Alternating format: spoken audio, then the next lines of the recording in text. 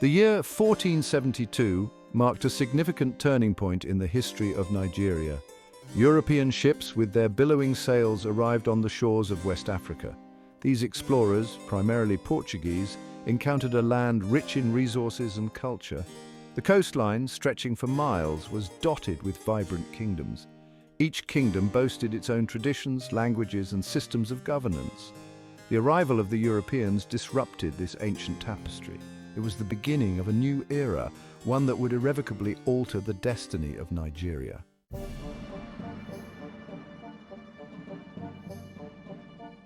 As the Europeans settled along the coast, they saw immense potential for trade. The allure of gold, ivory, and spices drew them deeper into the continent. We offer you fine fabrics, metals, and tools in exchange for your gold and ivory. Your goods are intriguing, but we must ensure this trade benefits both our people and our land. These early exchanges set the stage for a complex and often contentious relationship between the European traders and the African kingdoms. The initial curiosity and cautious engagement would soon give way to more aggressive and exploitative practices.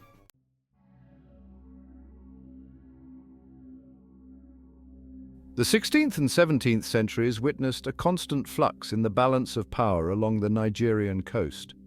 The Portuguese, who had initially dominated trade, faced increasing competition from other European powers.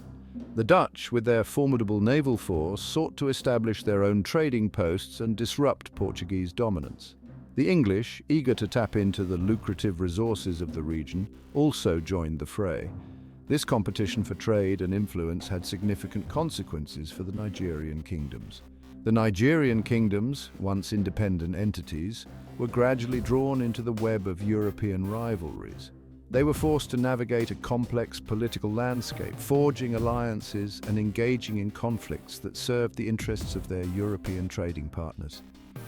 Some kingdoms thrived under this new order, leveraging their relationships with the Europeans to gain an advantage over their rivals. Others, however, found themselves increasingly marginalized and weakened. The slave trade, with its insatiable appetite for human cargo, cast a dark shadow over the region. European demand for slaves fueled internal conflicts as kingdoms raided each other for captives to trade. The social fabric of Nigerian society began to unravel as trust eroded and communities turned against each other. This period of instability and upheaval paved the way for the emergence of a new dominant power, the British.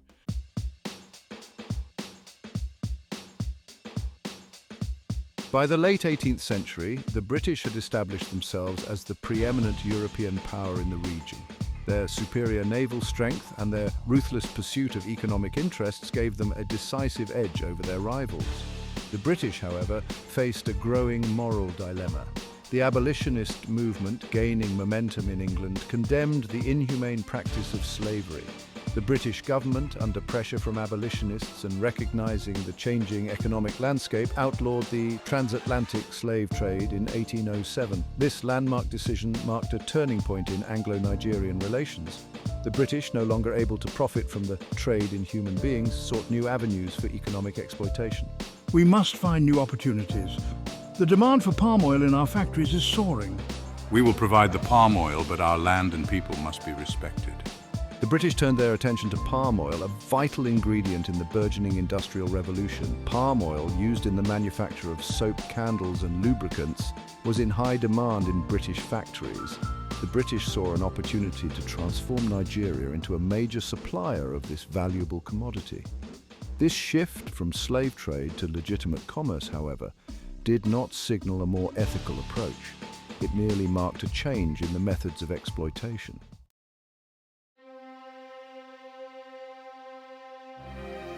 To secure their economic interests, the British adopted a multi-pronged strategy. They established trading posts along the coast, consolidating their control over the palm oil trade. They dispatched missionaries to the region, seeking to spread Christianity and exert cultural influence. They also began to interfere more directly in the internal affairs of the Nigerian kingdoms, exploiting existing divisions and installing puppet rulers who would serve British interests. The British justified their actions by claiming to bring civilization and progress to Africa. They argued that their presence was necessary to eradicate slavery, promote Christianity, and introduce the benefits of Western education and technology. This paternalistic rhetoric, however, masked a brutal reality. The British were primarily interested in exploiting Nigeria's resources for their own gain. The local populations, who had initially welcomed the British as a counterbalance to other European powers, soon realized the true nature of their intentions. Resistance to British encroachment grew, fueled by resentment over economic exploitation, cultural imperialism, and political manipulation. The stage was set for a clash of civilizations, one that would have profound and lasting consequences for the future of Nigeria.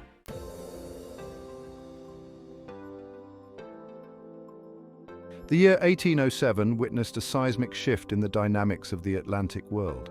The British Parliament, after years of fervent campaigning by abolitionists, passed the Abolition of the Slave Trade Act. This landmark legislation outlawed the transatlantic slave trade, dealing a significant blow to the horrific commerce in human lives.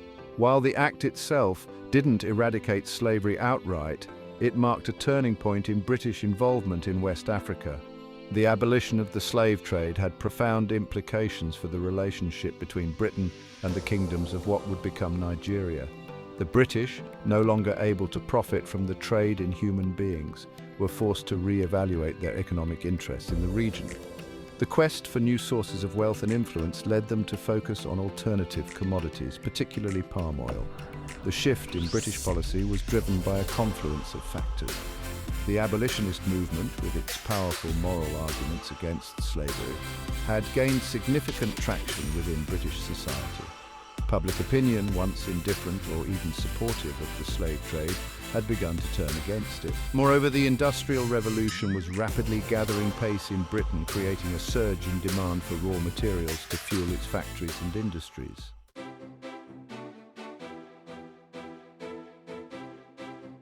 Palm oil extracted from the fruit of the oil palm tree emerged as a commodity of immense value in the 19th century. Its versatility was remarkable. It was a key ingredient in the production of soap, candles, and lubricants, all essential products in industrialized Britain. The burgeoning factories of Manchester, Birmingham, and Liverpool relied heavily on a steady supply of palm oil to keep their machines running smoothly. The British, recognizing the economic potential of palm oil, saw an opportunity to transform Nigeria into a major supplier of this crucial commodity. The Niger Delta, with its favorable climate and fertile soil, was ideally suited for the cultivation of oil palm trees. The British, however, faced a challenge. They needed to establish a new economic order, one that would ensure a steady flow of palm oil to their shores while minimizing their political and military involvement in the region. Their solution was to promote what they termed legitimate commerce. This new model of trade aimed to replace the trade in human beings with the exchange of raw materials and manufactured goods. The British argued that this shift would not only be more humane but also more profitable for both parties involved. They envisioned a scenario where African producers would supply raw materials to British factories, which would then produce finished goods to be sold back to African consumers.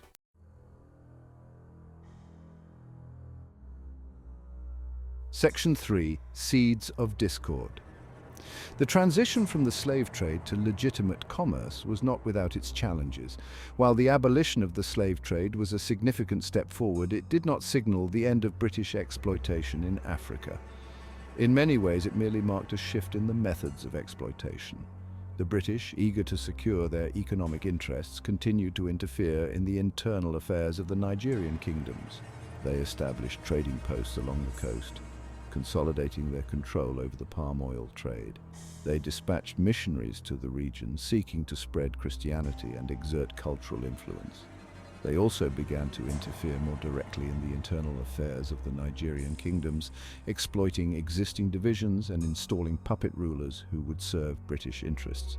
This interference was often met with resistance from the local populations. The Nigerian kingdoms, with their own established systems of governance and trade, were wary of British intentions. They had witnessed firsthand the ruthlessness with which the British had pursued their interests during the era of the slave trade. They were determined to protect their sovereignty and their way of life. The seeds of future conflict were being sown.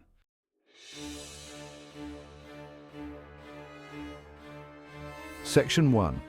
A treaty and a takeover. The year 1861 marked a watershed moment in the history of Lagos, a bustling port city on the Nigerian coast. The British, having consolidated their economic interests in the region, turned their attention to securing their political dominance. Their target was Lagos, strategically located at the entrance to a network of lagoons and waterways that extended deep into the interior. The British, under the pretext of suppressing the slave trade and protecting their commercial interests, deployed their naval might to intimidate the rulers of Lagos. Oba Dosunmu, the king of Lagos, found himself caught in a geopolitical web. He faced a stark choice: resist the British and risk the destruction of his city, or acquiesce to their demands and cede control of Lagos. The British, masters of diplomacy and coercion, presented Oba Dosunmu with a treaty, the terms of which were heavily skewed in their favor. The Treaty of Cession, as it was known, stipulated that Lagos would become a British colony, subject to British law and administration.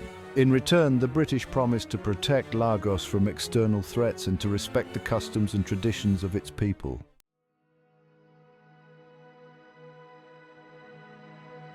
Section 2. The King's Predicament. Oba Dosunmu faced a heart-wrenching dilemma. He was torn between his duty to protect his people and his desire to preserve the independence of his kingdom. He knew that resistance against the superior firepower of the British Navy was futile. Lagos, with its mud walls and limited defences, was no match for the cannons and warships of the British Empire. He consulted with his chiefs and advisors, seeking their counsel in this hour of crisis. Some urged him to fight, arguing that death was preferable to subjugation. Others, more pragmatic in their outlook, advised him to negotiate the best possible terms with the British. They argued that preserving the lives of their people and the fabric of their society was paramount. Oba Dosunmu, a wise and compassionate ruler, understood the weight of his decision. He knew that signing the treaty meant surrendering the sovereignty of his kingdom, a bitter pill to swallow. However, he also recognized that it was the only way to avert bloodshed and safeguard the future of his people.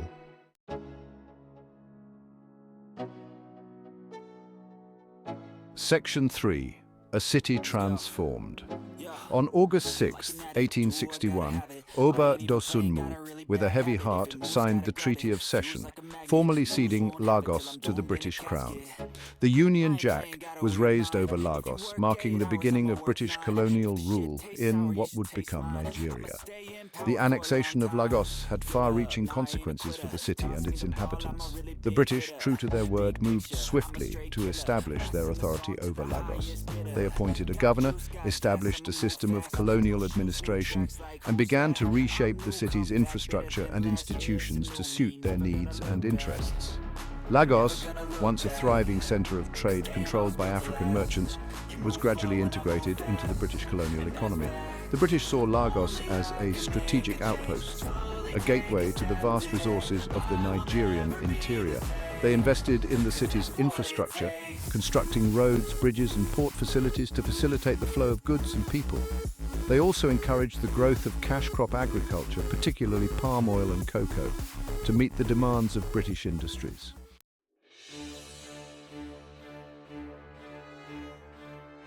Section 1. Gathering Storm.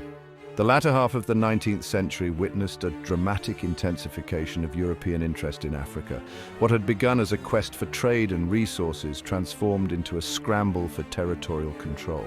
The European powers, driven by a potent mix of economic ambition, political rivalry, and a sense of imperial grandeur, viewed Africa as a ripe fruit ready to be plucked. The discovery of vast mineral wealth in Africa, particularly gold and diamonds, fueled the European appetite for conquest. The Industrial Revolution, in full swing in Europe, created an insatiable demand for raw materials to feed its factories and industries. Africa, with its seemingly inexhaustible supply of resources, became the target of their ambitions. This scramble for Africa was not merely an economic endeavour, it was also a geopolitical game of chess played on a continental scale. The European powers, locked in a complex web of alliances and rivalries, sought to outmaneuver each other in their quest for dominance. Each nation aimed to secure strategic territories, control vital trade routes, and expand their spheres of influence.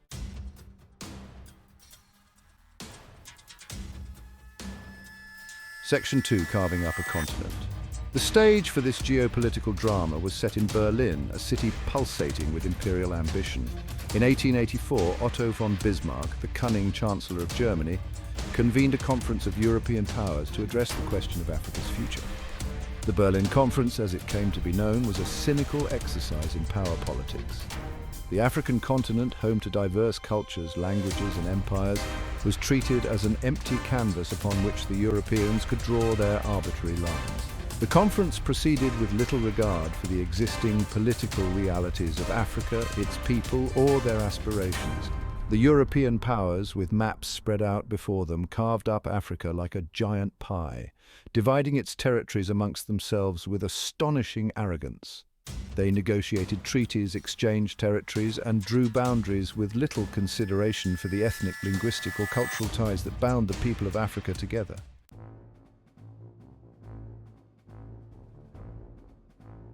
Section 3, a treaty of convenience. Nigeria, with its strategic location and abundant resources, became a focal point of European interest at the Berlin Conference.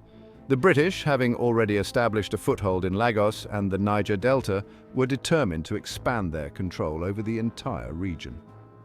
The British delegation at the Berlin Conference, led by skilled diplomats and backed by the might of the Royal Navy, made a compelling case for British control over Nigeria. They argued that their presence was essential to suppress the slave trade, promote free trade, and bring the benefits of civilization to the peoples of Africa. The other European powers, while harboring their own ambitions, were reluctant to challenge British dominance in the region. France, preoccupied with its own colonial ventures in North and West Africa, agreed to recognize British claims over Nigeria in exchange for concessions elsewhere. Germany, a latecomer to the scramble for Africa, was also eager to secure its own slice of the African pie and saw no advantage in antagonizing the British. The Berlin Conference concluded with a series of agreements that formalized the European partition of Africa. The General Act of the Berlin Conference, as it was known, legitimized the European scramble for Africa and paved the way for decades of colonial rule. Nigeria, once a tapestry of independent kingdoms and communities, was now firmly under the control of the British Empire. I feel nauseous, believe me. Never had a lot of come easy. Section 1, a chartered conquest. The ink had barely dried on the agreements signed in Berlin when the British set in motion their plan to consolidate their control over Nigeria. The task was entrusted to a powerful entity, the Royal Niger Company, granted a royal charter by Queen Victoria in 1886. This charter bestowed upon the company sweeping powers, effectively granting it a monopoly over trade and administration in a vast territory along the Niger River. The Royal Niger Company, armed with the charter and driven by the promise of profit, wasted no time in asserting its authority. Its agents, often former military men or seasoned traders, fanned out across the region, establishing trading posts, negotiating treaties with local rulers, and imposing taxes on the local populations. The company's primary objective was to maximize the extraction of resources, particularly palm oil, rubber, and ivory. These commodities, in high demand in European markets, fueled the Industrial Revolution and lined the pockets of the company's shareholders. The company's methods, however, were often ruthless and exploitative.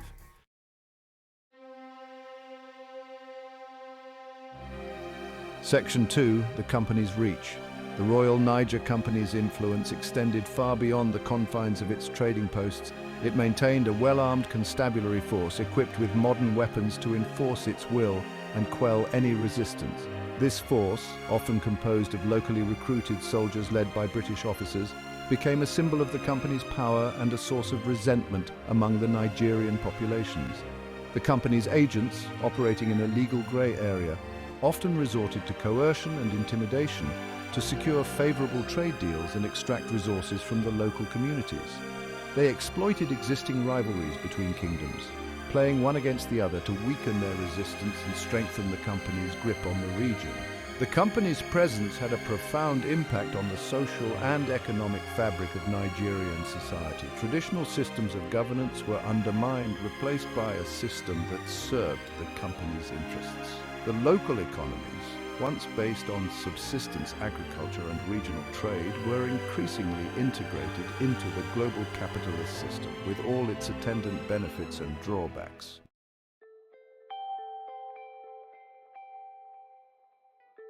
The Royal Niger Company's rule, though seemingly absolute, was not without its challenges. The Nigerian people, fiercely independent and proud of their heritage, chafed under the yoke of foreign domination. Resentment against the company's exploitative practices, its disregard for local customs, and its heavy-handed tactics grew with each passing year. Local chiefs, stripped of their authority and forced to witness the exploitation of their people, began to organize resistance. Religious leaders, seeing their traditions threatened by the influx of Christian missionaries, rallied their followers. Ordinary men and women, burdened by taxes and subjected to the company's arbitrary rule, yearned for a return to self-determination. The seeds of rebellion were sown, not in grand pronouncements or open warfare, but in the quiet defiance of a people determined to reclaim their destiny. The company, confident in its military might and its economic dominance, failed to recognize the growing tide of resentment that threatened to engulf its carefully constructed empire of commerce.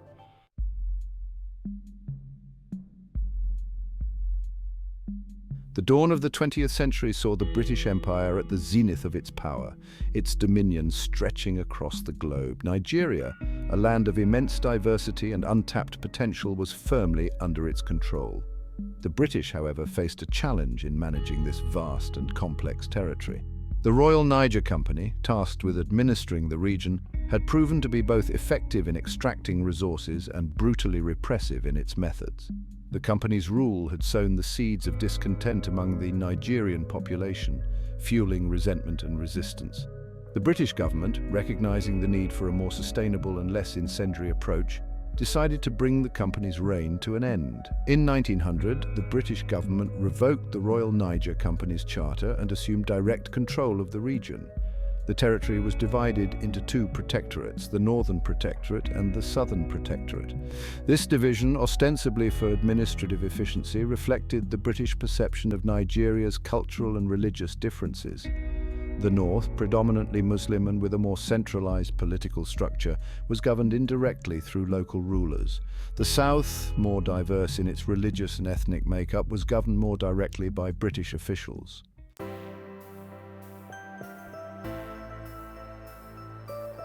The amalgamation of the Northern and Southern Protectorates in 1914 under the forceful administration of Lord Frederick Lugard marked a significant turning point.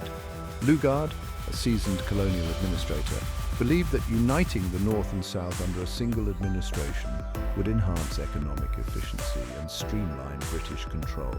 This union will bring about a more efficient governance and economic prosperity for the region. This forced union, however, was not without its critics. Nigerian nationalists, a nascent but growing force, argued that the amalgamation served British interests, not those of the Nigerian people. They pointed out that the North and South, with their different histories, cultures, and systems of governance, were ill-suited to be forced together under an artificial construct. Despite these concerns, the amalgamation proceeded, laying the groundwork for the future nation of Nigeria. The British, whether by design or by accident, had set in motion a process that would ultimately lead to the emergence of an independent Nigerian state. The seeds of Nigerian nationalism, sown in the fertile ground of resistance to colonial rule, began to sprout.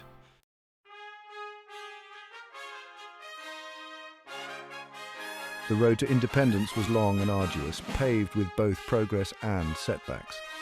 Nigerian nationalists, inspired by the ideals of self-determination and fueled by the injustices of colonial rule, organized political parties, published newspapers, and mobilized the masses. They challenged the legitimacy of British rule, demanding a greater say in their own affairs. The British, faced with growing unrest and the changing global order in the aftermath of World War II, gradually conceded to these demands. On October 1, 1960, Nigeria achieved its independence, marking the end of British colonial rule and the birth of a new nation. The legacy of colonialism, however, cast a long shadow over the newly independent nation. The arbitrary borders drawn by the British, the political structures they imposed, and the economic systems they established continued to shape Nigeria's destiny.